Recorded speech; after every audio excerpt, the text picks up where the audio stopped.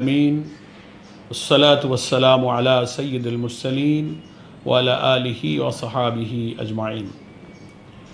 সম্মানিত দেশবাসী ও প্রবাসে অবস্থানরত আমার প্রিয় ভাই ও বোনেরা, মাহে রমাদান নিয়ামত স্বরূপ আমাদের মাঝে আবার বছর ঘুরে ফিরে এসেছে। রহমত, মাগফিরাত এবং নাজাতের এই মাস একজন মুমিনের জীবনে তার জীবনকে বরকতময় করা, মাগফিরাত এবং ক্ষমা পাওয়ার জন্য আল্লাহর কাছে আকুতি জানানো এবং জাহান্নামের আগুন থেকে নিজেকে রক্ষা করার এই নিয়ামতের মাস আমাদের হায়াতের মধ্যে এবারও আমরা ভাগ্যে পেয়েছি বলে মহান আল্লাহ তাআলার দরবারে আমরা সবাই শুকরিয়া জানাচ্ছি, আলহামদুলিল্লাহ। সম্মানিত দেশবাসী ভাই ও বোনেরা, মহান আল্লাহ পাক মাহে রমজানের রোজা যে ফরজ করেছেন, প্রধান উদ্দেশ্য সম্পর্কে আল্লাহ তাআলা কোরআন মজিদে ইরশাদ করেছেন, আউযু বিল্লাহি মিনাশ শাইতানির রাজীম, বিসমিল্লাহির রহমানির রহিম। ইয়া আইয়ুহাল্লাযীনা আমানু কুতিবা আলাইকুমুস সিয়াম কামা কুতিবা আলাল্লাযীনা মিন ক্বাবলিকুম লাআল্লাকুম তাত্তাকুন। প্রিয় ভাই বোনেরা, এই আয়াতে আল্লাহ তাআলা রোজাকে ফরজ করার উদ্দেশ্য সম্পর্কে বললেন যে, হে ঈমানদার লোকেরা, আমি তোমাদের উপরে রোজাকে ফরজ করেছি যেমন পূর্ববর্তী লোকদের উপরে ফরজ করেছিলাম।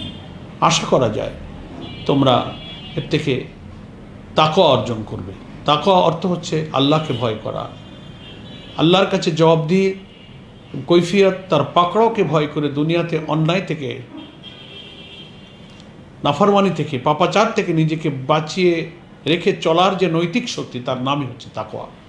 তাহলে বোঝা গেল এই আয়াত থেকে আল্লাহ তাআলা একজন রোজাদারকে আল্লাহর ভয় এবং সেই ভয়ের ভিত্তিতে সমস্ত পাপ থেকে বাঁচবার একটা নৈতিক গুণ অর্জন করার জন্য আল্লাহ তাআলা রোজা ফরজ করেছে।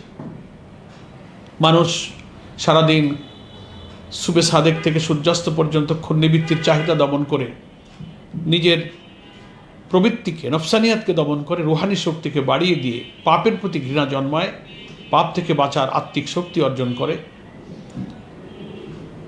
সারাদিন সালাত, তেলাওয়াত, ইবাদত, কিয়ামুল লাইল, তারাবি, সেহরি, ইফতারের পাশাপাশি তার দৈনন্দিন কার্যজীবনের কর্মমুখর দিন কাটাবার পরেও সে কষ্ট করে, ইবাদত করে, আরামপ্রিয় না হয়ে, পরিশ্রমপ্রিয় হয়ে দুনিয়াতে আল্লাহ তাআলার বিধান মেনে যে পাপ থেকে বাঁচতে হয়, এই শিক্ষা রোজার মধ্যে আল্লাহ রেখেছেন। এবং বড় আরেকটা পাপ থেকে বাঁচার মূল রুট হলো, সেটা হচ্ছে মানুষের যৌন কামনা বাসনা, সেক্সুয়াল কিউরিসিটি, সেক্সুয়াল ডিমান্ডকে আল্লাহকে ভয় করে পবিত্র রাখা।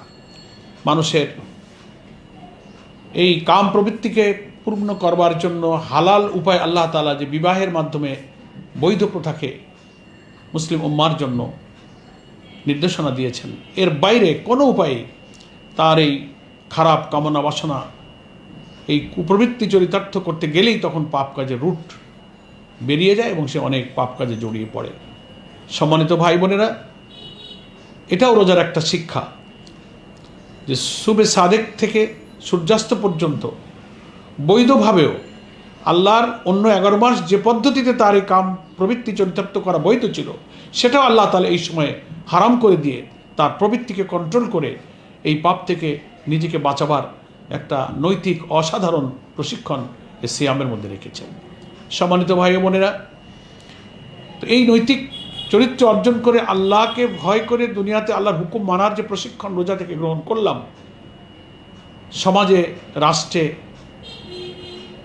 রাষ্ট্রীয় অবকাঠামোতে, পারিবারিক, ব্যক্তিগত, অর্থনৈতিক, রাজনৈতিক সব জীবনে যদি আল্লাহ তাআলার বিধান প্রস্তুত না থাকে, প্রতিষ্ঠিত না থাকে, বিদ্যমান না থাকে, তাহলে শুধু এই নৈতিকতাটুকু দিয়ে জীবনের সকল স্তরে আল্লাহর বিধান মানা যায় না বলে আল্লাহ তাআলা আবার এই রমজানের বারাকাতে এখানে আবার কোরআনকে নাজিল করেছেন। সেটা প্রসঙ্গে আল্লাহ তাআলা কোরআন ইরশাদ করেছেন, শাহরু রমাদান আল্লাযী উনজিলা ফীহিল কুরআন হুদাল লিন-নাস ওয়া বায়্যিনাতিন মিনাল হুদা ওয়াল ফুরকান। আল্লাহ পাক এখানে বলছেন, রমজান মাস, এ মাসে যে মাসে আমি কোরআন নাজিল করেছি, এবং এটা হচ্ছে মানুষের জন্য জীবনযাপনের বিধান এবং সুস্পষ্ট বিধিবিধান উপদেশাবলিতে পরিপূর্ণ এবং সত্য মিথ্যার পার্থক্যকারী।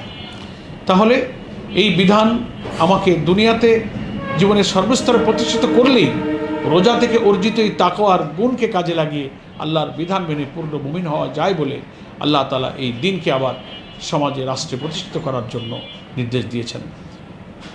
এই জন্যই সূরা বাকারার এই অংশেই আবার শেষের দিকে আল্লাহ তাআলা বলছেন যে রোজাকে আমি ফরজ করেছি শুধু সেহরি, ইফতার এবং রোজার বিধান পূর্ণ করা তো উদ্দেশ্য আছেই, সাথে সাথে দিনকে বিজয়ী করে আল্লাহর রুবুবিয়াত প্রতিষ্ঠা করাও কিন্তু এ রমজানের এ কোরআন নাজিলের আরেকটা উদ্দেশ্য।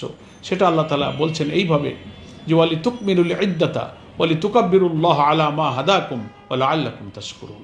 তোমরা রোজার মেয়াদকে পূর্ণ করো এবং আল্লাহ তাআলার শ্রেষ্ঠত্ব, তুকাব্বিরুল্লাহ, আল্লাহ যে আকবর, আল্লাহ যে বড়, আল্লাহর বিধান বড়, শাসন বড়, বিধান, রাজত্ব, শক্তি, ক্ষমতা সর্বমত্তে যে সবচেয়ে বড়, মানুষের বিধান সর্বমত্তে যে চলে না, ওয়ালি তুকাব্বিরুল্লাহ আলা মা হাদাকুম। এ মাসেই যেহেতু আল্লাহ তাআলা হেদায়েতের বিধান নাজিল করেছেন, তোমাদেরকে হেদায়েতের পথ দেখিয়েছেন, তাই তার সেই তাকাব্বুরি শ্রেষ্ঠত্বের বিধানকে প্রতিষ্ঠিত করে তুমি আল্লাহর শুকরিয়া আদায় করো, ওয়া লাআল্লাকুম তাশকুরুন। আশা করা যায় তোমরা শুকরগুজার বান্দা হতে পারবে। আসুন সম্মানিত দেশবাসী ভাই ও বোনেরা, আমরা রোজা রাখি। আজকে পহেলা রমজান, আমরা রোজা রেখে এই প্রতিজ্ঞাই করি যে বাকি এ মাসের সব রোজাগুলো যেন আমাকে আত্মশুদ্ধির জন্য, রুহানি শক্তি বৃদ্ধির জন্য, জৈবিক প্রবৃত্তি এবং চাহিদাকে দমন করে কুপ্রবৃত্তি থেকে বাঁচার জন্য এবং কোরআন পড়া, কোরআন চর্চা করা, কোরআন শেখা, নিজেকে পরিশ্রমী এবং সংগ্রামী হয়ে আমরা সেই কোরআনের বিধান প্রতিষ্ঠার মধ্য দিয়ে একজন পূর্ণ মুমিন হওয়ার গুণাবলী এই রমজান থেকেই যেন আমরা সংগ্রহ করতে পারি।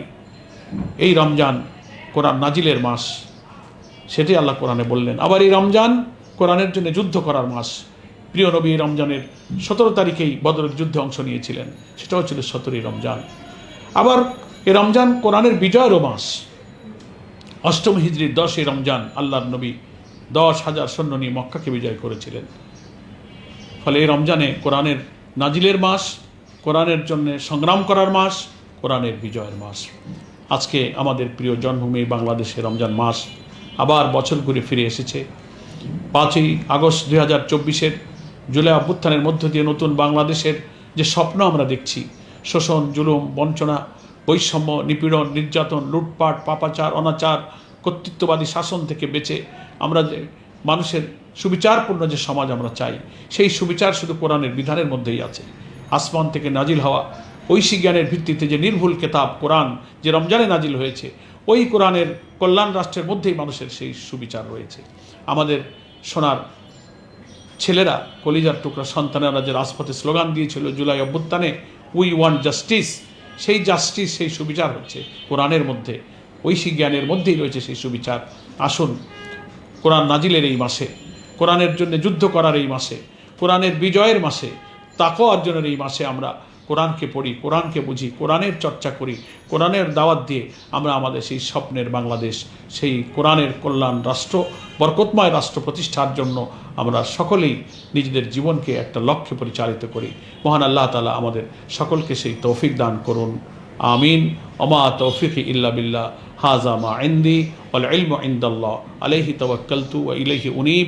আসসালামু আলাইকুম ওয়া রাহমাতুল্লাহি ওয়া বারাকাতুহু।